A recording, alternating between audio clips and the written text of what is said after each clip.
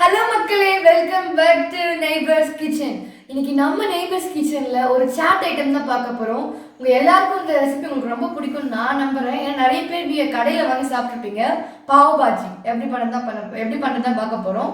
இந்த ரெசிபி நிறைய பேர் வீட்டில் செய்ய மாட்டீங்க. பட் நம்ம இதை வீட்லயே ஈஸியாக சிம்பிளாக எப்படி பண்ணுறதுன்னு நான் பார்க்க போறோம். சீக்கிரம் வீடியோக்குள்ள வாங்க, பாவ் பாஜி எப்படி பண்ணுறதுன்னு பார்க்கலாம். இப்போ நம்ம முதல்ல பாவ் பாஜி செய்யறதுக்காக காய்கறியெல்லாம் முதல்ல வேக வச்சுக்கணும். அதுக்கு நான் இன்னைக்கு ஒரு உருளைக்கிழங்கு எடுத்து வச்சுருக்கேன். இது 3/4 கப் வந்துச்சு. அதுக்கப்புறமா 2 கேரட், இது 1/2 கப் இருக்குது. அப்புறமா ஒரு 10லேருந்து 15 பீன்ஸு, இதுவும் 1/2 கப் வந்துச்சு. அதுக்கப்புறமா 1 கப் அளவுக்கு ஊற வச்சு பச்சை பட்டாணி, ஃப்ரெஷ்ஷாக இருந்துச்சுன்னா நீங்கள் அப்படியே கூட சேர்த்துக்கலாம். அதுக்கப்புறமா காலிஃப்ளவர் எடுத்து வச்சுருக்கேன், அது சேர்த்துக்கிறேன். இப்போ இதெல்லாம் சேர்த்து நல்லா தண்ணி ஊற்றி நம்ம வேக வச்சுக்கலாம். நான் 3 விசில் விட போகிறேன். அப்போ தான் நம்ம ஸ்மாஷ் பண்ணுறதுக்கு நல்லாயிருக்கும். இப்போ நான் அதை மூடிக்கிறேன்.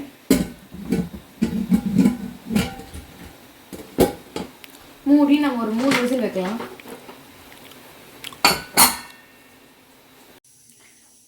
இப்போ பார்த்தீங்கன்னா நம்ம குக்கரில் வச்ச காய்கறியில் நல்லா வெந்துடுச்சு, 3 விசில் வந்துடுச்சு.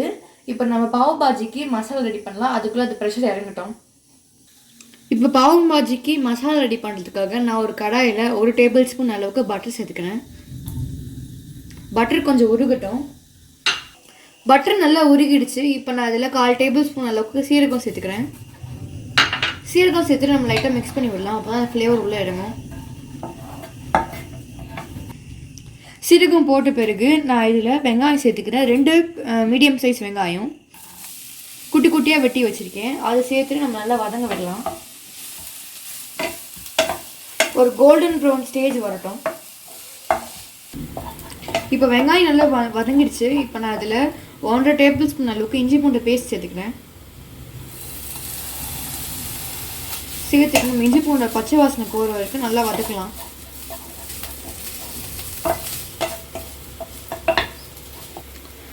இஞ்சி பூண்டு பச்சை வாசனை போன பிறகு இதில் நான் உப்பு சேர்த்துக்கிறேன். உங்களுக்கு தேவையான அளவு உப்பு சேர்த்துக்கோங்க. நான் எடுத்த குவான்டிட்டி நான் 1.5 டேபிள் ஸ்பூன் உப்பு சேர்த்துக்கிறேன். அப்புறமா ஒரு 1/4 டேபிள் ஸ்பூன் அளவுக்கு மஞ்சள் தூள், அப்புறமா 1 டீஸ்பூன் அளவுக்கு மல்லித்தூள். இப்போ இதை மட்டும் சேர்த்துட்டு நம்ம நல்லா கலந்து விட்டுக்கலாம் கொஞ்சம். அப்புறமா இதில் 1 டேபிள் ஸ்பூன் அளவுக்கு மிளகாத்தூள். நான் காஷ்மீரி சில்லி எடுத்திருக்கேன், அதனால நான் 1.5 டேபிள் ஸ்பூன் எடுத்திருக்கேன். உங்களுக்கு நார்மல் மிளகாய் யூஸ் பண்ணுறதுனால 1 டேபிள் ஸ்பூன் போதும். இல்லை உங்களுக்கு காரத்துக்கும் எப்படின்னா போட்டுக்கோங்க.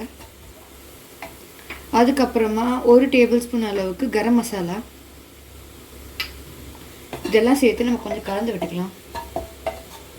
அப்புறமா 3 பெரிய சைஸ் தக்காளி எடுத்து வச்சுருக்கேன், அது சேர்த்துக்கிறேன். தக்காளி இந்த ரெசிபிக்கு நிறைய தான் இருக்கணும், அப்போ தான் டேஸ்ட் நல்லாயிருக்கும். இப்போ இதெல்லாம் சேர்ந்து நல்லா தக்காளி வதங்கணும். தோல் மட்டும் தான் தெரியணும். எண்ணெய் லைட்டாக பிரிஞ்சு வரணும். அப்போ தான் தக்காளி வதங்குச்சுன்னு அந்த ஸ்டேஜ் வரைக்கும் நம்ம இப்போ கொண்டு வரணும். இப்போ பார்த்தீங்கன்னா நம்ம தக்காளி நல்லா வெந்துருச்சு. இப்போ நான் அதில் ஒரு 1/2 கேப்சிகம் சேர்த்துக்கிறேன். குட்டி குட்டியாக வெட்டி வச்சுருக்கேன். கேப்சிகம் ரொம்ப வேகணும்னு அவசரம் இல்லை, ஒரு 2 நிமிஷம் வெந்தாலே போதும் கேப்சிகம். இப்போ பார்த்தீங்கன்னா கேப்சிகம் நல்லா வேகிறதுக்குள்ளே நம்ம குக்கரை ஓப்பன் பண்ணி மேஷ் பண்ணிக்கலாம். இப்போது நல்லா ப்ரெஷர் ஃபுல்லாக இறங்கிடுச்சு. இப்போ நான் உங்களுக்கு ஓப்பன் பண்ணி காட்டுறேன்.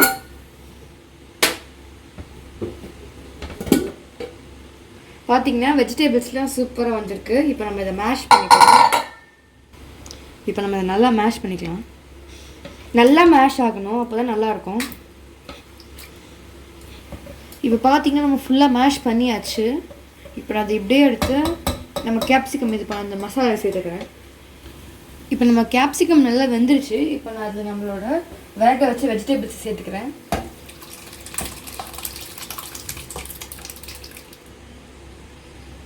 இப்போ நம்ம நல்லா மிக்ஸ் பண்ணி 10 நிமிஷத்துக்கு நம்ம சிம்லேயே இதை வைக்கணும். அது நல்லா வெந்து இந்த தண்ணி ஃபுல்லாக கம்மியாகி கிரேவி மாதிரி ஆகணும். இப்போ நம்ம அது வரைக்கும் நல்லா சிம்லேயே விடலாம். இப்போ நம்ம வச்சு 10 நிமிஷம் ஆயிடுச்சு. பார்த்திங்கன்னா நல்லா தண்ணி குறைஞ்சி வந்திருக்கு. இந்த ஸ்டேஜில் இது நல்லா நம்ம இன்னும் மேஷ் பண்ணணும். பார்த்திங்கன்னா இன்னும் கொஞ்சம் அப்படி திப்பியாக இருக்கும். அது நல்லா நம்ம மேஷ் பண்ணி எடுக்கணும். ஸோ கொஞ்சம் நல்லா மேஷ் பண்ணி எடுத்துக்கலாம். இப்போ நான் ஃபுல்லாக நல்லா மேஷ் பண்ணிட்டேன். உங்களுக்கு பார்த்தாலே டிஃப்ரென்ஸ் தெரியும் எவ்வளோ நல்லா மேஷ் ஆகிருக்குன்னு. ஸோ இப்போ நான் தனியாக வச்சுட்டு இதில் நான் ஒரு அரை லெமன் புழிஞ்சிக்கிறேன். உங்களுக்கு புளிப்பு இன்னும் வேணும்னா நீங்கள் ஒரு லெமன் கூட புழிஞ்சிக்கலாம். லெமன் ஃபுல்லாக புழிஞ்சாச்சு. இப்போ நான் நல்லா கலந்து விட்டுருக்கிறேன். கொஞ்சம் உங்களுக்கு புளிப்பு இன்னும் வேணும்னா நீங்கள் முழு லெமனாக கூட சேர்த்துக்கலாம்.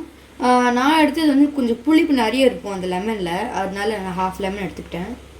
அதுக்கப்புறமா இதில் கொஞ்சம் கொத்தமல்லி சேர்த்துக்கலாம். சேர்த்துட்டு நம்ம ஸ்டவ் ஆஃப் பண்ணி இறக்கிடலாம்.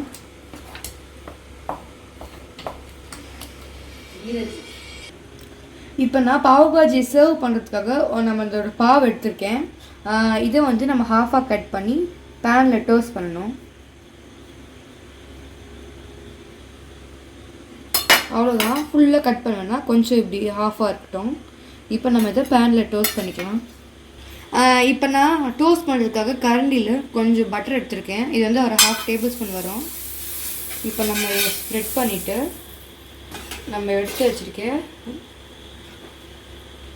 நம்ம கட் பண்ணி வச்ச பன்னை நல்லா இதில் ரோஸ்ட் பண்ணிக்கலாம். அப்புறம் இது மேலேயும் நல்லா பட்டர் ஸ்ப்ரெட் பண்ணி விடுங்க.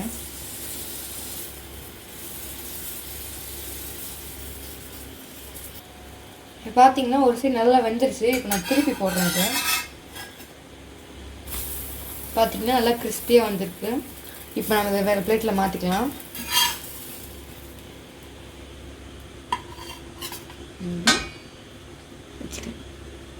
இப்போ இதே மாதிரி நம்ம மிச்சம் இருக்க பன்லையும் நம்ம ஃபுல்லாக பண்ணிவிட்டு அப்புறம் நம்ம சர்வ் பண்ணலாம். இப்போ அடுத்து சர்வ் பண்ணுறதுக்கு முன்னாடி நம்ம ஏற்கனவே ரெடி பண்ண மசாலாவை தவாவில் போட்டு கூடவே நம்ம கொஞ்சம் பட்டர் ஆட் பண்ணோம். பட்டர் கொஞ்சம் ஆட் பண்ணி அதை நம்ம மேஷரில் நல்லா மேஷ் பண்ணிக்கலாம்.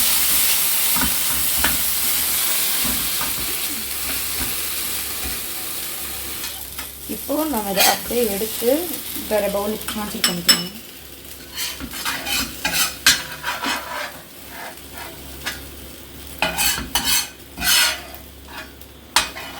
இப்போ நம்ம இதே மாதிரி நம்ம நிறைய குவான்டிட்டி கூட பண்ணலாம். நான் 2 பன் எடுத்து வைக்கிறதுனால கொஞ்சமாக பண்ணேன்.